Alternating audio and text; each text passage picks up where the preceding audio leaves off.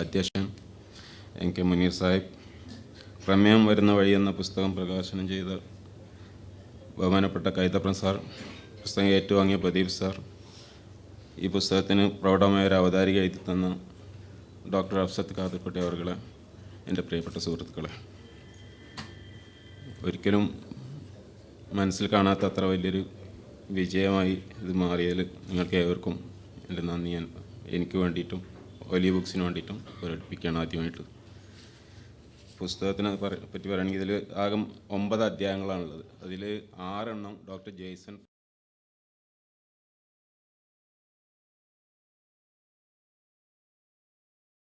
Kidney രോഗം ചികിത്സിച്ച് മാറ്റുക എന്നുള്ളത് അത് പ്രയാസമുള്ള കാര്യം എല്ലാവർക്കും അറിയുന്നതാണ്. അതിങ്ങനെ കുറേ മരുന്ന് കൊടുത്തോണ്ടൊന്നും കാര്യമില്ല. പിന്നെ കുറച്ച് കഴിഞ്ഞാൽ ഡയാലിസിസും മറ്റൊക്കെ കിഡ്നി ട്രാൻസ്പ്ലാന്റ് ഇങ്ങനെയൊക്കെ ആയിട്ട് അതങ്ങനെ ഇങ്ങനെ മോശമായിക്കൊണ്ടിരിക്കുക, അല്ലാതെ ഒരിക്കലും നന്നാലൊന്നുമില്ല ആർക്കും. അതിൻ്റെ പ്രധാന കാരണമായിട്ട് ആൾ കണ്ടുപിടിച്ചത് പ്രമേയമാണ്. 80% കിഡ്നി രോഗികളിലും പ്രമേയ രോഗികളായിരുന്നു. അപ്പോൾ പ്രമേയ രോഗം മാറ്റാതെ കിഡ്നി രോഗം മാറ്റുക എന്നുള്ളത് സാധിക്കില്ല എന്ന് അയാൾക്ക് ബോധ്യമായി. ഇതിൻ്റെ അടിസ്ഥാനത്തിൽ അയാൾ പ്രമേയ രോഗത്തിനെ കുറിച്ചാണ് പിന്നെ പഠിക്കുന്നത്. കിഡ്നി സ്പെഷ്യലിസ്റ്റായ ജെയ്സൺ പിന്നെ പോകുന്ന പ്രമേയത്തേക്കാണ്. അതിനെപ്പറ്റി പഠിച്ചപ്പോഴാണ് അയാൾ മനസ്സിലാക്കുന്നത് ഈ ചെയ്തു വരുന്നതൊക്കെ മഹാബദ്ധമാണെന്നില്ല. കാരണം ഓരോ പ്രമേയ രോഗിക്കും അറിയുന്ന കാര്യമാണ്. ഗുളിക കുടിക്കുന്ന ഒരു ഗുളിക, 2 ഗുളിക, 4 ഗുളിക കഴിഞ്ഞ് insulin 10 mg, 10 unit, 20 unit, 150, 300 unit ഇൻസുലിനൊക്കെ ഒരു ദിവസം എടുക്കുന്ന ആൾക്കാരുണ്ട്. എന്താ നടക്കുന്നത്? ബ്ലഡ് ഷുഗർ ചിലപ്പോൾ ഒരു ലെവൽക്ക് കൊണ്ടുവരാൻ പറ്റിയെന്ന് വരും, പക്ഷേ അതോടൊപ്പം എൻ്റെ ശരീരത്തിൻ്റെ ഓരോ അവയവങ്ങളും നാശമായിക്കൊണ്ടിരിക്കുകയാണ്. കിഡ്നി, ലിവർ, കണ്ണ്, ഞരമ്പുകൾ, രക്തക്കൊയലുകൾ, കാല്, ഒന്നും ബാക്കിയില്ല. Each and every part of the body. ഈ ഒരു അവസ്ഥയ്ക്കാണ് ഓരോ രോഗിയും പോകുന്നത്. അത് ചിലരൊക്കെ അത്രയൊക്കെ സീവിയറാണ് എൻ്റെ മുമ്പ് എന്നെ പഠിച്ചോ വലിക്കുന്നതുകൊണ്ട് പോകുന്നുണ്ടാവും. അല്ലാത്തവരൊക്കെ ഇങ്ങനെ മോശമായിക്കൊണ്ട് അവസാനം വല്ല എന്തായാലും പറയാം മറ്റേ വെൻറ്റിലേറ്ററിൽ കിടന്ന് 4-5 ലക്ഷം റുപ്യ അല്ല ആശുപത്രിയിലേക്ക് കൊടുത്തിട്ട് അങ്ങനെ തീരും. ഏതായാലും സംഗതി അങ്ങനെയാണ് അതിൻ്റെ പോക്ക്. തിരിച്ചാരും കൊണ്ട് വരലില്ല. രോഗം ഇങ്ങനെ മോശമായിക്കൊണ്ടിരിക്കുക, മരുന്ന് ഇങ്ങനെ കൂട്ടിക്കൊണ്ടിരിക്കുക, ഇങ്ങനെയൊക്കെയാണ് അതിൻ്റെ രീതി. നമ്മളുടെയൊക്കെ ആഗ്രഹം എന്താണെന്ന് വെച്ചാൽ മരണം എല്ലാവർക്കും ഉണ്ട്. അത് ഒഴിവാക്കാൻ കഴിയുന്ന ആർക്കും പ്രതീക്ഷിക്കാനൊന്നും പറ്റില്ല. പക്ഷെ ആ മരണം വരെ ആരോഗ്യത്തിൽ ജീവിക്കുക എന്നുള്ളത്, ആരോഗ്യത്തിൽ ജീവിക്കുകയാണെങ്കിൽ രോഗമില്ലാതെ ജീവിക്കാമെന്ന്. പക്ഷേ എത്ര ശതമാനം ആൾക്കാർക്ക് സാധ്യമാകുന്നുണ്ട്? വളരെ കുറവായിരിക്കും. 5-10% കൂടുതൽ ആൾക്കാർ ആരുമില്ല. മിക്കവാറും എല്ലാവരും എന്തെങ്കിലും രോഗമായിട്ടൊക്കെ തന്നെയാണ് അവസാനം. ഹാർട്ട് അറ്റാക്ക്, സ്ട്രോക്ക്, സാറിനൊക്കെ ഉണ്ടായാൽ അതേമാതിരി അൾഷൈമേഴ്സ്, ഇങ്ങനെ പലജാതി അസുഖങ്ങളും നമ്മൾ പറയുന്ന എന്തെങ്കിലും പറയുക കാലിക രോഗങ്ങൾ എന്നൊക്കെ പറഞ്ഞ്. എന്താണ് ഇതിന് കാരണം? ഇത്രയധികം രോഗങ്ങൾ, അതും ഒരിക്കലും മാറാത്ത രോഗങ്ങൾ. നമ്മൾ സാധാരണ ഇപ്പോൾ ഒരു എന്തെങ്കിലും പറയുക ഒരു ന്യൂമോണിയ അല്ലെങ്കിൽ അങ്ങനത്തെ എന്തെങ്കിലും ഒരു ഇൻഫെക്ഷസ് ഒരു ബാക്ടീരിയൽ ഇൻഫെക്ഷനൊക്കെ കാരണമുള്ള ഒരു രോഗം, അത് ബ്രോങ്കൈറ്റിസ് എന്ന് പറയുക എന്തെങ്കിലുമൊക്കെ ഉണ്ട്. മരുന്ന് കുടിക്കുമ്പോൾ ഡോക്ടർ മരുന്ന് തരും, നമ്മൾ മരുന്ന് കുടിക്കുമ്പോൾ രോഗം മാറും. ഇതാണ് സാധാരണ നമുക്ക് അറിയുന്ന രോഗം എന്ന്. പക്ഷേ ഇപ്പോൾ ഉള്ള രോഗങ്ങൾ അങ്ങനെയല്ല. മരുന്ന് അങ്ങനെ കുടിക്കണം, രോഗം അങ്ങനെ പോകണം. ഇത് തമ്മിൽ ഒരിക്കലും അത് ക്യൂറാകുന്നില്ല, ഒരിക്കലും അത് മാറിപ്പോകുന്നില്ല നമുക്ക്. അതെന്താ കാരണം? അപ്പോൾ അതിന് ചില പ്രത്യേകത, നമ്മളെ മരുന്നുകൊണ്ട് മാറ്റാൻ പറ്റുന്ന രോഗങ്ങളല്ല ഇപ്പോൾ ഉള്ളത്. നമ്മളെ ജീവിത രീതി, ഭക്ഷണത്തിലെ തകരാറുകൾ, ഇതൊക്കെയാണ് ഈ രോഗങ്ങൾ ഇങ്ങനെ വരാൻ കാരണം. അത് മരുന്ന് കുടിച്ച് മാറ്റാൻ പറ്റില്ല. പ്രത്യേകിച്ച് പ്രമേയം. എന്തൊക്കെ മരുന്ന് കുടിച്ചിട്ടും കാര്യമില്ല. നമ്മൾ 4 ഗുളിക, 5 ഗുളിക അല്ലെങ്കിൽ 300 യൂണിറ്റ് ഇൻസുലിൻ എന്തായിട്ടും ഈ രോഗങ്ങൾ വിട്ടു പോകില്ല. അപ്പോൾ പോകണമെങ്കിൽ അതിൻ്റെ അടിസ്ഥാന കാരണം നമ്മളെ ഭക്ഷണത്തെ തകരാറാണ്. അത് മാറ്റണം. നമ്മൾ കാൽമേരെ മുള്ളുത്തി ഉദാഹരണമായിട്ട്, ആ മുള്ളാടെ വെച്ചുകൊണ്ട് നമ്മൾ കുറേ ആൻറ്റിബയോട്ടിക് കുടിച്ചിട്ട് എന്താ കാര്യം? അതെടുത്ത് കളഞ്ഞെങ്കിൽ തന്നെ അസുഖം മാറുള്ളൂ. ഇതേമാതിരി തന്നെ ഭക്ഷണം എന്ന് പറഞ്ഞത് നമ്മളെ രോഗമായിട്ട് വളരെ ക്ലോസ് ബന്ധമുള്ള കാര്യം.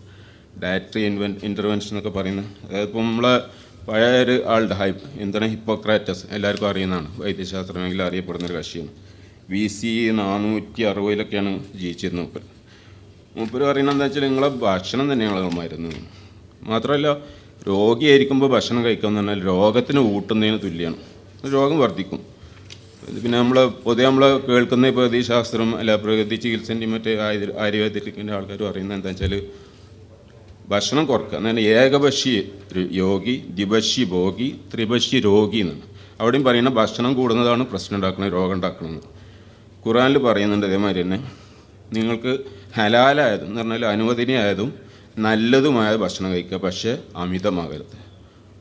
വലാ തുസ്രിഫ്, കൂടരുത്. അതേമാതിരി റസൂൽ മുഹമ്മദ് നബി പറയുന്നു 2 പിടി ഭക്ഷണം മതി ഒരാൾക്ക് ജീവിക്കാൻ. ഒരു ദിവസം 2 പിടി.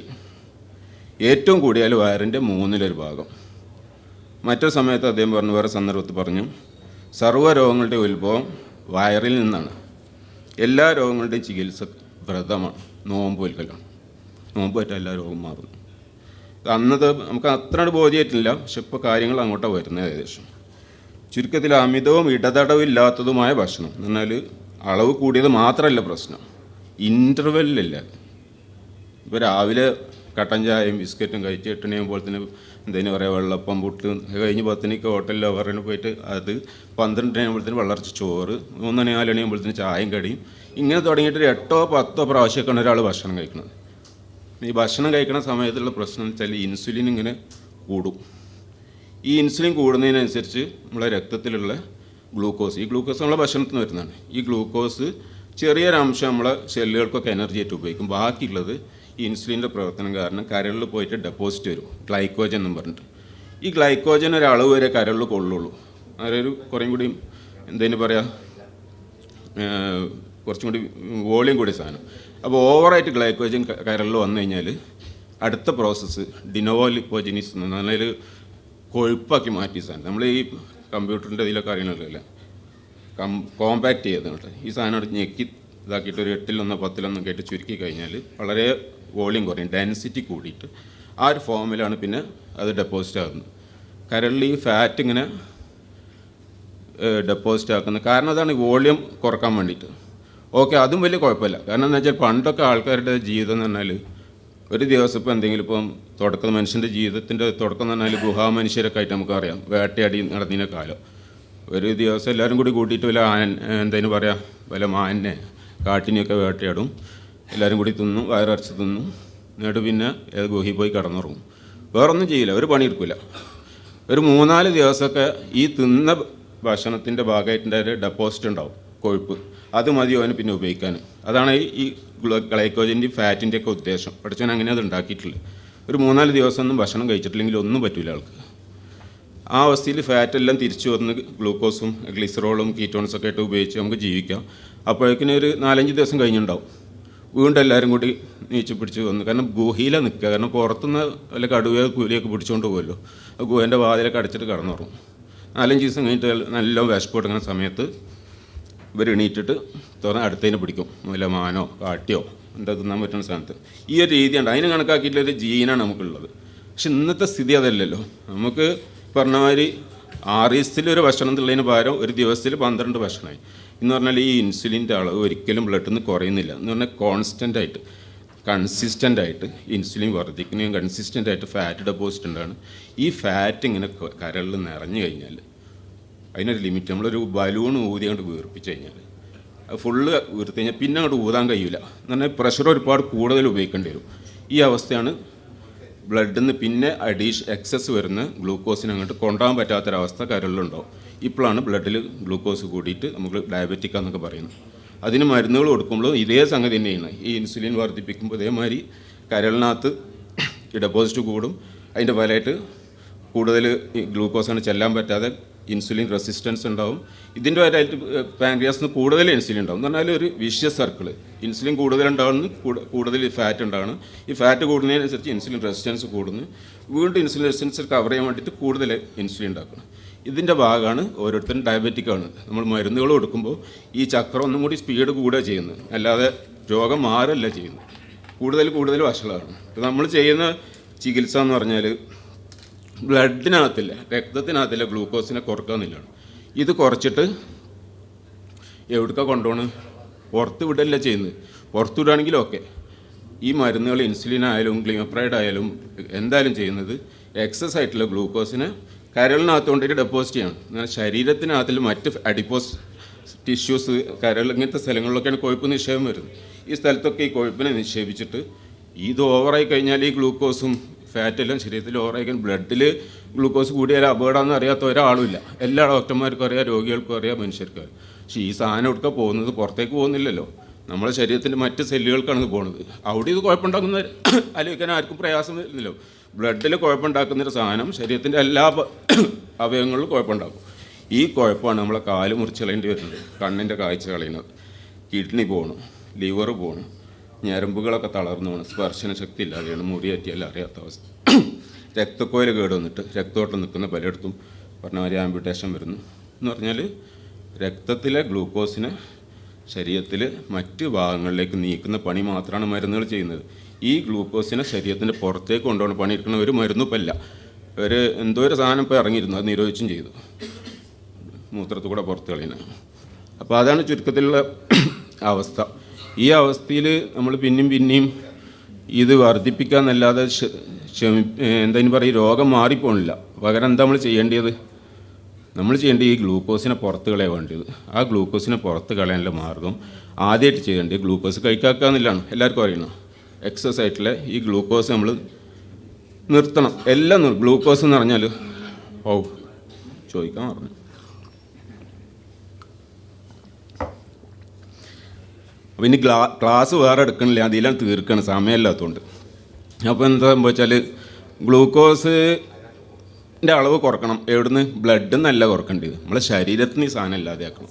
നമുക്ക് ഒരു കാര്യമില്ലാതെ അവിടെ ഇവിടെ ഇത് അടിഞ്ഞുകൂടി ഓരോ ഭാഗം ബ്ലഡിൽ നിന്ന് ഈ സാധനം നമ്മൾ ശരീരത്തിൻ്റെ മറ്റു ഭാഗങ്ങൾക്ക് നീക്കാമെന്ന് പറഞ്ഞു. ഉദാഹരണമായിട്ട് പറയുകയാണെങ്കിൽ ഇപ്പോൾ നമ്മൾ അടുക്കളയിൽ കുറേ ഫുഡ് വേസ്റ്റ് ഉണ്ട്, ചോറും ഇറച്ചിയും മീനൊക്കെ അല്ല, ഇതിൻ്റെ വേസ്റ്റും ഇതൊക്കെ ഉണ്ട്. ഇതെല്ലാം കൂടി അടിച്ചു വരി വൃത്തിയാക്കിയിട്ട് പൊതിഞ്ഞ് കെട്ടിയിട്ട് നമ്മളെ ബെഡ്റൂമിലെ കട്ടിൻ്റെ അടി കൊണ്ടുവയ്ക്കുക. ഈ പണിയാണ് മരുന്നുകൾ ചെയ്യുന്നത്. ബ്ലഡിനകത്ത് നമുക്ക് കാണുന്ന സാധനമാണ് ഗ്ലൂക്കോസ് എന്ന്. ആ സാധനത്ത് മറ്റ് ടിഷ്യൂലും മറ്റിടത്തും പെട്ടെന്ന് കാണാൻ പറ്റില്ല സാധനം. ആ കാണാൻ പറ്റുന്ന സ്ഥലത്ത് നിന്ന് ബ്ലഡ് ടെസ്റ്റ് ചെയ്യാർക്കും അറിയാൻ പറ്റും എത്ര ഗ്ലൂക്കോസ് ഉണ്ട്, മറ്റേ സെല്ലിൽ എത്ര ഉണ്ട്, മറ്റിടത്ത് എത്ര, ലിവർ എത്ര, നമുക്ക് ആർക്കും അറിയാൻ പറ്റില്ല. അപ്പോൾ കാണുന്ന സ്ഥലത്ത് നിന്ന് കാണാത്ത സ്ഥലത്തേക്ക് ഈ ഗ്ലൂക്കോസിനെ മാറ്റി ഈ പണിയാണ് ഇൻസുലിനും മറ്റ് എന്തെങ്കിലും പറയുക സൾഫോനിൽ യൂറിയാസ് ഇവരൊക്കെ ചെയ്യുന്നത്. വെള്ളം കുറേ വേണ്ടിയിരുന്നു. അപ്പോൾ ചുരുക്കത്തിൽ പറഞ്ഞതെന്താ വെച്ചാൽ ഈ ചികിത്സ ഫലിക്കാതെക്കാനുള്ള കാരണം അതാണ്. നമ്മൾ യഥാർത്ഥ ഡയറക്ഷനിലല്ല ചികിത്സിക്കുന്നത് തെറ്റായ രീതിയിലാണ്. ശരീരത്തിൽ നിന്ന് മൊത്തം ഗ്ലൂക്കോസിനെ ഒഴിവാക്കുന്നതിന് പകരം ബ്ലഡിൽ നിന്ന് മാത്രമേ അത് ഒഴിവാക്കുന്നുള്ളൂ. അപ്പോൾ നമ്മൾ ചെയ്യേണ്ടത് ശരീരത്തിൽ നിന്ന് ഈ സാധനം ബ്ലഡിൽ നിന്ന് മാത്രമല്ല ശരീരത്തിൽ നിന്ന് മൊത്തമായിട്ട് ഈ സാധനം ഒഴിവാക്കണം. ഈ ഗ്ലൂക്കോസ്, അതിൻ്റെ ഫലമായിട്ടുണ്ടാകുന്ന ഫാറ്റ് ഡെപ്പോസിറ്റ്, ഇതെല്ലാം ഒഴിവാക്കിയെങ്കിലേ ഈ രോഗത്തിൽ നമ്മൾ രക്ഷപ്പെടുള്ളൂ. ആദ്യമായിട്ട് ചെയ്യേണ്ടത് കരളിനകത്ത് നിറഞ്ഞടക്കുന്ന അവസ്ഥ. ബലൂണ് വിരിച്ച് കിടക്കുക നമ്മളെ കരൾ. സാധാരണ ഒരാളുടെ കരളിൻ്റെ സൈസിന് എത്ര 15 സെൻറ്റിമീറ്റർ.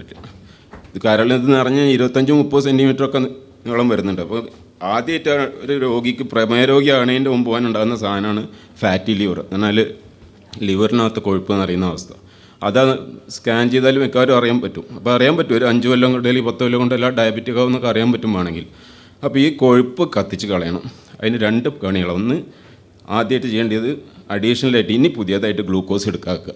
നല്ല ഇപ്പോൾ പഴയത് കളയണമെങ്കിൽ ആദ്യം പുതിയത് വരുന്നത് നിർത്തണം. ഗ്ലൂക്കോസ് നിർത്തുക എന്ന് പറഞ്ഞാൽ പഞ്ചസാര 1-ാം സ്ഥാനം, 2 എല്ലാ ഗ്രെയിൻസും, 3-ാമത്തെ കിഴങ്ങുകൾ.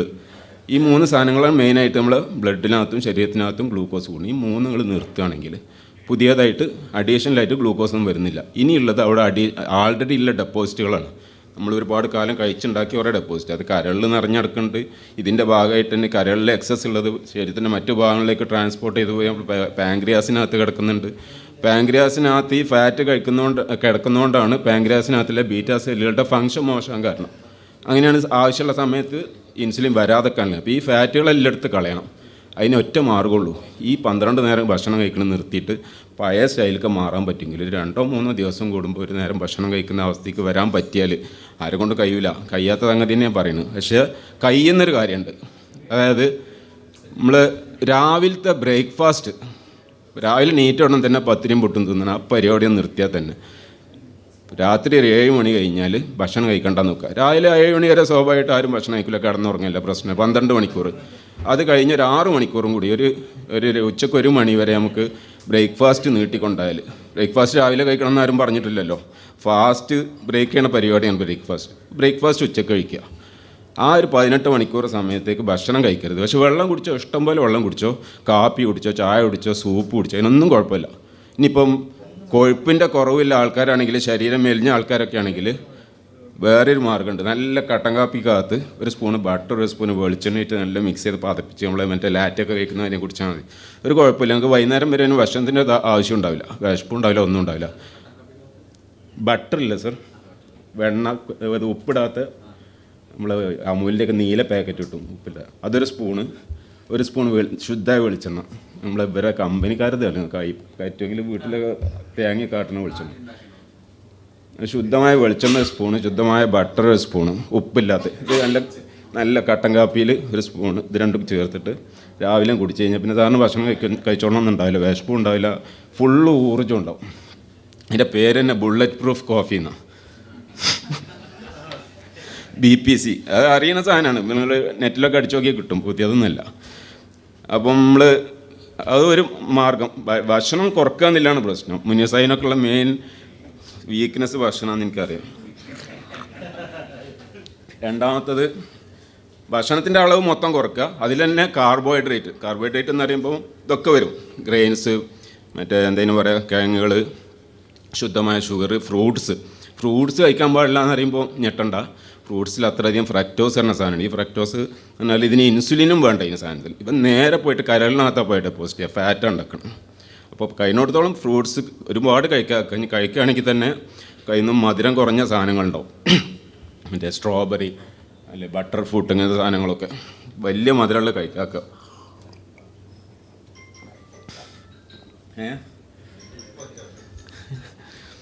അപ്പം ഒന്ന് ഗ്ലൂക്കോസ് കഴിക്കുക. രണ്ടാമത്തത് ഭക്ഷണത്തിൻ്റെ ഇൻ്റർവെൽ കൂട്ടുക.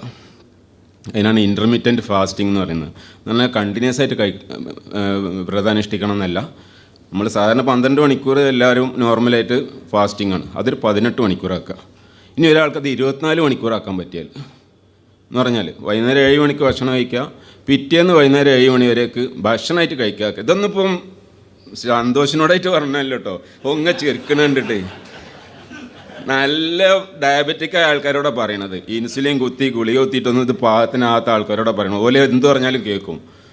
എന്നോട് പറഞ്ഞില്ല, തുടങ്ങിയിട്ട് പറഞ്ഞില്ല. അപ്പോൾ സംഗതി എന്താ വെച്ചാൽ ഒരു 24 മണിക്കൂർ ഫാസ്റ്റിങ്, 24 മണിക്കൂർ കഴിഞ്ഞിട്ട് പിന്നെ ഒരു 24 മണിക്കൂറിൽ ഫാസ്റ്റ് ചെയ്യണ്ട. അത്യാവശ്യം ഈ പറഞ്ഞ ധാന്യങ്ങളും മറ്റേ ഇതൊന്നും ഇല്ലാത്ത ഭക്ഷണം, ധാന്യങ്ങൾ തന്നെ കാർബോഹൈഡ്രേറ്റ് ഭക്ഷണത്തിന് ഒഴിവാക്കിയാൽ പിന്നെ എന്താ ഉണ്ടാവുക? പിന്നെ 2 സാധനം മാക്രോ ന്യൂട്രിയൻസ് തന്നെ 3 ഉള്ളത്. 1 കാർബോഹൈഡ്രേറ്റ്, 2 പ്രോട്ടീന്, 3 കൊഴുപ്പ്. ഈ പ്രോട്ടീൻ ഒരുപാട് കൂടിക്കഴിഞ്ഞാൽ അത് ഗ്ലൂക്കോസ് ആവും. ഗ്ലൂക്കോസ് ബ്ലഡിൽ കിട്ടിയിട്ടില്ലെങ്കിൽ പ്രോട്ടീനെ ഗ്ലൂക്കോസ് ആക്കണ പരിപാടിയുണ്ട്. അപ്പോൾ അത് ഓവർ കഴിക്കണ്ട, കുറച്ച് പ്രോട്ടീൻ കഴിക്കുക. കൂടുതൽ കഴിക്കാൻ പറ്റിയ ഒരു കേടില്ലാത്തൊരു സാധനമാണ് നാച്ചുറൽ ഫാറ്റ് എന്ന് പറഞ്ഞാൽ ശുദ്ധമായ കൊഴുപ്പ്. നാച്ചുറൽ എന്ന് പറയാൻ കാരണം അല്ലാത്ത ഒരുപാട് സാധനമുണ്ട്. ഇപ്പോൾ നമ്മൾ ഡാൽഡൊക്കെ അല്ലേ, മാർഗറിൻ എന്നൊക്കെ പറഞ്ഞ് കൃത്രിമമായിട്ടുണ്ടാക്കുന്ന കഴിച്ചാൽ നേരെ കരളിൽ ഈ സാധനം അവിടെ പോയിട്ട് കിടക്കും. ഒരു നിലക്കും അതിനെ അസിമിലേറ്റ് ചെയ്യാൻ കഴിയില്ല ശരീരത്തിന്. നാച്ചുറൽ ഫാറ്റുകളായിട്ട് പറയുന്നത് 1 വെളിച്ചെണ്ണ എത്രയും കഴിച്ചു ഒരു കുഴപ്പമില്ലാത്ത സാധനം, കൊളസ്ട്രോളൊന്നും കൂടില്ല. 2 ബട്ടർ, അതും ഗ്രാസ് ഫെഡ് ബട്ടർ തന്നെ, നല്ല പുല്ലുന്ന പശുക്കൾ പാലിൽ നിന്നുണ്ടാക്കണം. നടക്കും തോന്നില്ല, അതെല്ലാം കിട്ടുന്ന ബട്ടർ കഴിക്കുക. 3 ഒലിവ് ഓയിൽ, ഒരു കേടില്ലാത്ത സാധനം, എത്ര വേണമെങ്കിലും കഴിക്കുക. 4 എല്ലാവർക്കും അത് പറ്റിക്കൊള്ളണമെന്നില്ല, നല്ല മൂരിയിറച്ചി അല്ലെങ്കിൽ ആട്ടിറച്ചി, ഇത്രയും സാധനങ്ങൾ. പിന്നെ ഒന്നും കൂടി ഉണ്ട്, അതുകൊണ്ട് ആർക്കും പറ്റുമെന്ന് തോന്നുന്നില്ല, അല്ല രഞ്ജിക്കൊന്നും പ്രശ്നം ഉണ്ടാവില്ല, പന്നിയിറച്ചി. അപ്പോൾ ഇതൊക്കെയാണ് ശുദ്ധമായ ഫാറ്റ് എന്ന് പറഞ്ഞ സാധനം. ഇത് എത്രയും കഴിക്കാൻ തന്നെ ഇതിൻ്റെ പ്രശ്നം എന്താ വെച്ചാൽ ഇത് കഴിച്ചാൽ ഒരിക്കലും നിങ്ങളുടെ ബ്ലഡിനകത്ത് ഈ സാധനം കൂടില്ല. ഏത്? ഇൻസുലിൻ കൂടിയെങ്കിൽ കൊഴുപ്പ് ഡെപ്പോസിറ്റ് ആവുള്ളൂ കരളിനകത്ത്. നമ്മൾ കഴിക്കുന്ന കൊഴുപ്പിനുകൊണ്ട് ഒരിക്കലും ഇൻസുലിൻ്റെ വർധന ഉണ്ടാവില്ല, അതുകൊണ്ട് കരളിൽ ഡെപ്പോസിറ്റും ഉണ്ടാവില്ല. കരളിലെ ഫാറ്റാണ് ഈ കുഴപ്പമുണ്ടാകുക. കരളിലെ ഫാറ്റിനാണ് നമ്മൾ വിസറൽ ഫാറ്റ് എന്ന്. കരൾ അതിൻ്റെ പുറത്തു ഭാഗത്ത്, അതേമാതിരി കുടലിൽ ഒക്കെ ഈ അപ്സൈഡ് ഉണ്ടാണ്, ബോഡീൻ്റെ മോൾ ഭാഗത്ത് ഉണ്ടാണ് ഫാറ്റ്. ഈ വിസറൽ ഫാറ്റാണ് ഇൻസുലിൻ റെസിസ്റ്റൻസ് ഉണ്ടാക്കുന്നത്. ഇൻസുലിൻ റെസിസ്റ്റൻസ് ആണ് നിങ്ങൾ ഡയബറ്റീസ് എന്ന് അറിയപ്പെടുന്നത്. ഡയബറ്റീസിൻ്റെ അടിസ്ഥാന സംഗതി, ടൈപ്പ് 2 ഡയബറ്റീസിൻ്റെ കാരണം ഇൻസുലിൻ റെസിസ്റ്റൻസ് ആണ്. ഇൻസുലിനോടുള്ള അതിൻ്റെ പ്രവർത്തനക്ഷമത കുറയുന്നത്. അതിന് കാരണം ഈ മറ്റേ സാധനമാണ്, എന്തായാലും പറയാം, വിസറൽ ഫാറ്റ് ഒരിക്കലും ഫാറ്റ് കഴിച്ചാലുണ്ടാവില്ല. ഫാറ്റ് കഴിച്ചാൽ ഈ സാധനം നേരെ നമ്മളെ അഡിപ്പോസൈറ്റിക്കാണ് പോവുക. അത് വേറെ തന്നെ പാത്വേ ആണ്, ഒരിക്കലും കരൾ കൂടി അല്ല പോവുക. ഇൻസുലിനായിട്ടൊരു ബന്ധമില്ല ആ സാധനത്തിന്. എന്ന് പറഞ്ഞാൽ ഫാറ്റ് കഴിച്ചാൽ നിങ്ങൾക്ക് വിസറൽ ഫാറ്റ് ഉണ്ടാവില്ല, അതിൻ്റെ ഫലമായിട്ട് ഇൻസുലിൻ റെസിസ്റ്റൻസ് ഉണ്ടാവില്ല, ഡയബറ്റീസ് ഉണ്ടാവില്ല. എത്രയും കഴിക്കാം എന്ന് പറഞ്ഞാൽ ഒരു ബട്ടറൊക്കെ ഇപ്പോൾ സ്വീഡൻ തന്നെ രാജ്യമുണ്ട്. സ്വീഡൻ, നോർവേ, സ്വീഡൻ എന്ന് പറഞ്ഞ സ്കാൻഡിനേവിയൻ രാജ്യങ്ങൾ. സ്വീഡൻ തന്നെ രാജ്യത്ത് അവിടെ ഈ പരിപാടി തുടങ്ങി 2005 ലോ കാർബ് ഹൈ ഫാറ്റ് എന്നാണ് അതിന് പറയാം. അതായത് കാർബോഹൈഡ്രേറ്റ് വളരെ കുറയ്ക്കുക, ഫാറ്റ് ഒരുപാട് കൂടുതൽ കഴിക്കുക. ഇതാണ് രീതി. Diabetes, obesity, heart attack, stroke, cancer, ഈ പറഞ്ഞ 5 രോഗങ്ങൾക്കും ചികിത്സയായിട്ട് അവിടെ അംഗീകരിക്കപ്പെട്ട സംഗതിയാണ് LCHF എന്ന് പറയും, low carb high fat diet. സ്വീഡനിൽ ഈ സംഗതി അവിടുത്തെ ശാസ്ത്രജ്ഞന്മാർ, ഡോക്ടർമാരൊക്കെ അത് തെളിയിച്ച് സർക്കാർ അത് അംഗീകരിച്ച് ആൾക്കാർ ഇത് എടുത്ത് തിന്നാൻ തുടങ്ങിയിട്ട് ബട്ടറാണ് കഴിക്കാൻ തുടങ്ങിയിട്ട് അവിടെ ബട്ടർ കിട്ടാനില്ലാതെ ഏറ്റവും കൂടുതൽ ബട്ടർ പ്രൊഡക്ഷൻ ഉണ്ടാകുന്ന രാജ്യം സ്വീഡൻ. അവസാനം ബട്ടർ അന്യ രാജ്യത്ത് നിന്ന് കള്ളക്കടത്ത് നടത്തേണ്ടി വന്നു അങ്ങോട്ട്. ഇപ്പോഴും അത് നടത്തുന്നുണ്ട്. സ്വർണ്ണം മറ്റേതൊക്കെ നടത്തുന്നതിന് പകരം അങ്ങനെ ബട്ടർ ഒരുപാട് കഴിക്കേണ്ടി. പിന്നെ ഒരു കേടില്ലാത്ത സാധനമാണ് എത്രയും കഴിക്കുക. നമ്മളൊക്കെ പണ്ട് കഴിച്ചിരുന്ന, ഇപ്പോഴാണ് നമുക്ക് പേടിയായത്. കൊഴുപ്പ് കഴിച്ചാൽ കൊളസ്ട്രോൾ കൂടും. വെറുതെ പറയാം. കൊഴുപ്പും കൊളസ്ട്രോളും തമ്മിൽ യാതൊരു ബന്ധമില്ല എന്നുള്ളത് ഒരു 20ഓളം RCT തെളിയിക്കപ്പെട്ടതാണ്. കൊഴുപ്പ് കൊണ്ട് കൊളസ്ട്രോൾ കൂടും, ഹാർട്ട് അറ്റാക്ക് കൂടും എന്നുള്ളത് 1960 ആൻസൽ കീസ് എന്ന് പറഞ്ഞൊരു ശാസ്ത്രജ്ഞൻ വെറുതെ നിഗമനത്തിൻ്റെ പേരിൽ പറഞ്ഞതാണ്. അയാൾ പറഞ്ഞതെന്താ വെച്ചാൽ തൊഴിലാളികളുടെ ഇടയിൽ ഹാർട്ട് അറ്റാക്ക് ഇല്ല, മലയാളിമാരുടെ ഇടയിലുണ്ട്, അവർ കൊഴുപ്പ് കഴിക്കുന്നതുകൊണ്ടാണ്. ഇങ്ങനെയൊക്കെയുള്ള ഒരു എന്തേലും പറയുക, ഒരു ശാസ്ത്രീയമായി തെളിയിക്കപ്പെട്ട കാര്യമല്ല അത്. അതേസമയം ശാസ്ത്രീയമായിട്ട് ഇത് തമ്മിൽ യാതൊരു ബന്ധമില്ല എന്നുള്ളത് തെളിയിക്കപ്പെട്ടു കഴിഞ്ഞാൽ ഓൾറെഡി. എന്നാൽ ഒരാളെ ഭക്ഷണത്തിൽ കണ്ടമാന കൊഴുപ്പ്, നാച്ചുറൽ ഫാറ്റ്, പ്രകൃതിദത്തമായ കൊഴുപ്പ് എത്ര കഴിച്ചാലും അയാളുടെ കൊളസ്ട്രോളിൽ ഒരു മാറ്റം വരുന്നില്ല. നമുക്കൊക്കെ പരീക്ഷിച്ച് നോക്കാം. ഒരു ദിവസം ഒരു 50-100 ഗ്രാം ബട്ടർ കഴിച്ചിട്ട് പിറ്റേന്ന് പോയിട്ട് നമുക്ക് പരീക്ഷിച്ച് നോക്കാം കൊളസ്ട്രോൾ കൂടിനോ. ഒട്ടും കൂടിയിട്ടുണ്ടാവില്ല. ഇനി കൊളസ്ട്രോൾ തീരെ അല്ല, കൊഴുപ്പ് തീരെ കഴിക്കാത്തൊരു ഭക്ഷണം കഴിച്ചാൽ അയാൾ കൊഴുപ്പ് രക്തത്തിൽ നിന്ന് കുറയില്ല. അതിന് കാരണം എന്താ വെച്ചാൽ കൊളസ്ട്രോൾ എന്ന് പറഞ്ഞത് ഭക്ഷണത്തിൽ നിന്ന് ഉണ്ടാകുന്നതല്ല, മറിച്ച് നമ്മളെ ശരീരത്തിനകത്ത് കരളിനകത്ത് ഉണ്ടാകുന്ന സാധനമാണത്. അപ്പോൾ നമ്മൾ ഭക്ഷണം എത്ര അഡ്ജസ്റ്റ് ചെയ്താലും കൊളസ്ട്രോളൊന്നും മാറ്റില്ല. അപ്പോൾ ചുരുക്കത്തിൽ ഞാൻ പറഞ്ഞതെന്ന് വെച്ചാൽ കൊഴുപ്പ് കഴിക്കുന്നതുകൊണ്ട് കുഴപ്പമില്ല എന്ന് പറയാം. അപ്പം രീതി ഇതാണ്. ഡയബറ്റീസ് മാറ്റാനുള്ള 2 മാർഗ്ഗങ്ങൾ: 1 കാർബോഹൈഡ്രേറ്റ് കുറഞ്ഞ ഭക്ഷണം കഴിക്കുക, 2 ഉള്ള ഫാറ്റ് ഡെപ്പോസിറ്റും ഇതും ഗ്ലൂക്കോസും കുറക്കാൻ വേണ്ടിയിട്ട് ഭക്ഷണം തമ്മിൽ ഇടവേള പരമാവധി വർദ്ധിപ്പിക്കുക. 18 മണിക്കൂറോ 24 മണിക്കൂറോ ഇടവിട്ട് മാത്രം ഭക്ഷണം കഴിച്ചാൽ ഒരാഴ്ച കൊണ്ട് ഞങ്ങൾ എല്ലാ അസുഖവും മാറും. ബുദ്ധിമുട്ടുള്ളവർ LCHF തുടങ്ങുക. കുറച്ചൊരാഴ്ച 2 ആഴ്ച ഞാൻ ഈ പറഞ്ഞ ലോ കാർബ് ഹൈ ഫാറ്റ് ഭക്ഷണം കഴിച്ചാൽ പിന്നെ ഭക്ഷണം കഴിച്ചോളം നിങ്ങൾക്കാർക്കും ഉണ്ടാവില്ല. എനിക്കൊക്കെ അതിൽ പ്രശ്നമാകുമോ.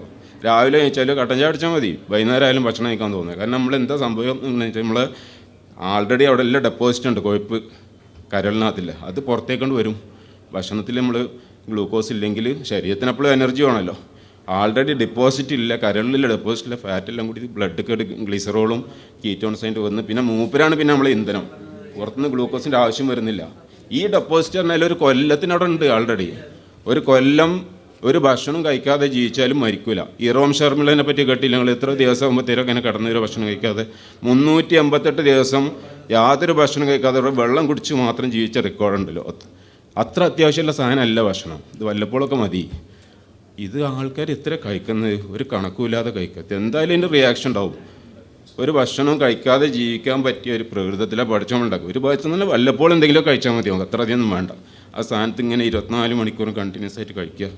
അതിൻ്റെ റിയാക്ഷൻ ഈ അസുഖങ്ങളൊക്കെ ഇതിൻ്റെ ഭാഗം തന്നെയാണ്. മറ്റ് ഹാർട്ട് അറ്റാക്കും സ്ട്രോക്കും ക്യാൻസറൊക്കെ വരുന്നത്. വലിയൊരു വിഷയമാണ്, ഒറ്റയടിക്കൊന്നും പറഞ്ഞു തീർക്കാൻ പറ്റില്ല. ഏതായാലും ഈ പുസ്തകം വായിച്ചാൽ ഞാൻ പറയാനിലൊക്കെ അത്യാവശ്യം അതിനകത്തുണ്ട്. നിങ്ങൾക്കൊരു മാർഗം തുറന്നു കിട്ടും. പിന്നെ കൂടുതൽ പഠിക്കാനും ഇൻ്റർനെറ്റൊക്കെ ഇപ്പോൾ ഇഷ്ടം പോലെ അല്ലേ, ഇപ്പോൾ ജിയോ ഒക്കെ ഫ്രീ ആയിട്ട് കിട്ടുന്ന സാധനമല്ലേ. ഒന്ന് നോക്കിയാൽ എല്ലാവർക്കും ഒരുപാട് പഠിക്കാൻ പറ്റും. ഇപ്പോൾ സ്വന്തമായിട്ട് അവനവൻ്റെ ആരോഗ്യം അവനാൻ കയ്യിലെടുക്കുക. ഡോക്ടർമാരെ പറഞ്ഞാൽ കേൾക്കണ്ടെന്നൊന്നുമല്ല ഞാൻ പറഞ്ഞത്. പക്ഷേ ഓല് പറഞ്ഞതിൻ്റെ അപ്പുറം കാര്യങ്ങൾ പഠിക്കാനുള്ള ചാൻസ് ഉണ്ട് ലോകത്ത്. എല്ലാ ഡോക്ടർമാർക്കും അറിഞ്ഞോളണമെന്നും ഉണ്ടാവില്ല.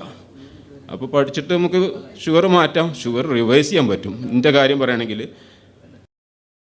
2016 ഒക്ടോബർ 1-ാം തീയതിയാണ് ഞാൻ ഇതിനകത്തേക്ക് വരുന്നത്. അന്ന് ഞാൻ കഴിച്ചിരുന്നത് 4 ഗുളിക, മെറ്റ്ഫോമിൻ 500 2 ഗുളിക, ഗ്ലിയോപ്രൈഡ് 2 mg, ഗ്ലൈക്ലസൈഡ് 30 mg.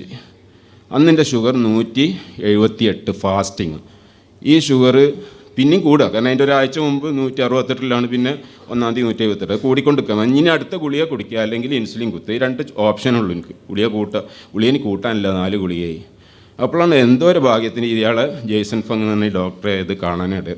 പിന്നെ അങ്ങോട്ട് തുടങ്ങിയ ഈ പറഞ്ഞ അരിയും ചപ്പാത്തിയും ചോറും വെള്ളപ്പും പുട്ടും ഒക്കെ ഒഴിവാക്കി, കംപ്ലീറ്റ് ഒഴിവാക്കി. ഒരു പ്രശ്നം ഉണ്ടായില്ല. നല്ല പോത്തിറച്ചിയും മൂരിയിറച്ചിയും മട്ടണും ഒക്കെ പള്ളം അരച്ച് തിന്നു. അതിൻ്റെ പുറമെ കുറേ പച്ചക്കറികൾ തിന്നാം, അതിനൊരു ഫോർമാലിറ്റിക്ക് വേണ്ടിയിട്ട്. എന്ന് പറഞ്ഞാൽ അവൻ്റെ ബ്രോക്കോളി മറ്റേ സാധനങ്ങളൊക്കെ ഉണ്ടല്ലോ, എന്തായാലും മുട്ടക്കോസ് കോളിഫ്ലവർ ഒക്കെ വേണമെങ്കിൽ തിന്നില്ലെങ്കിൽ എന്ത് ഒരു ചെറിയൊരു പ്രശ്നം എന്ന് വെച്ചാൽ വയറ്റുന്ന കുറച്ച് ബുദ്ധിമുട്ടുണ്ടാകും. അപ്പോൾ കുറേ പച്ചക്കറി എന്നല്ലാണ്ട് ശരിയായിക്കോളും.